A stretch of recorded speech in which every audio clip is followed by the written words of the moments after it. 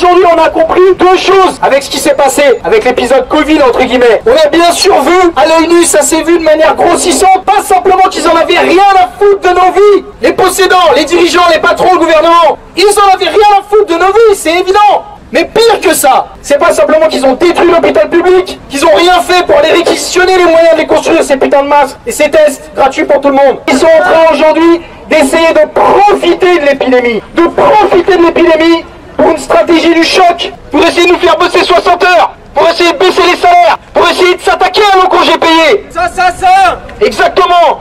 Assassins tout court et assassins de nos droits sociaux. On a un certain nombre de responsabilités ici, que ce soit individuellement ou que ce soit en tant que représentant d'organisations syndicales, politiques, associatives ou autres. On ne peut pas regarder les laisser faire et simplement se mobiliser les uns, les unes derrière les autres, chacun notre tour. Les camarades de la santé montrent la voie, hôpital par hôpital, et heureusement que vous avez organisé ces rassemblements-là. C'est vous qui avez rallumé la flamme de la lutte sociale et de la lutte de classe dans ce pays. C'est très important. Mais aujourd'hui, il faut aller plus loin. On a entendu dire que le 16 mai, il y allait avoir une manifestation, une grève nationale de la santé. 16 juin, merci Jean. En réalité, cette journée de grève de la santé devrait être une journée de grève dans l'ensemble du monde du travail et de la jeunesse. Et la question qui est posée aujourd'hui, les camarades, c'est pas simplement de se défendre, chacune sur nos revendications, ça c'est l'évidence. On doit régler des comptes. Ils essayent de profiter de la situation, à nous d'en profiter pour régler des comptes. Ils mettent leur profit au-dessus de nos vies. Si on laisse le pouvoir dans les entreprises et dans la société entre les mains de cette minorité de patrons, qu'est-ce qu'ils vont faire? Ça va aller plus loin. On doit leur arracher le pouvoir de décider. On doit poser cette question.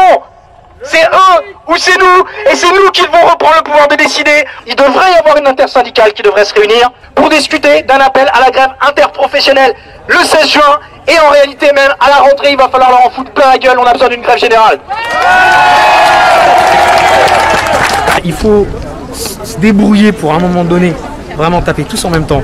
Et l'idée de dire aussi, c'est pas simplement juste un problème ponctuel, tu vas te battre sur les lits d'hôpitaux, puis tu vas te battre toi sur ta réorganisation à la poste, et puis tu vas te défendre sur tel ou tel truc, mais ça devient une question de vie ou de mort, et ça devient une question de, si on remet pas en cause le contrôle sur notre propre vie, toutes les grosses décisions, ça n'a rien à voir avec ce que tu votes, c'est est-ce que oui ou non, il y a des lits d'hôpitaux ou pas, est-ce que oui ou non, la richesse qui existe, est-ce qu'elle est mise au service d'une minorité ou juste pour avoir de quoi se soigner et survivre, tu vois. Plutôt que de juste se plaindre ou de juste subir, on peut essayer de prendre là ce qui s'est passé comme une occasion de se dire, bah là il va falloir que cette rage et cette volonté de se battre et de vaincre qui existe chez plein de gens, va lui donner une forme organisée, pas simplement une organisation, créer une nouvelle, c'est pas ça, mais de consacrer du temps, de l'énergie et dire là maintenant, on met les différences de côté avec toujours le souci de dire comment on fait pour gagner.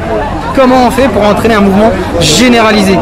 Et généralisé dans le double sens de tout le monde participe et de on fout tout en l'air aussi. Au moment où la vapeur elle est là, faut qu'il y ait quelque chose déjà.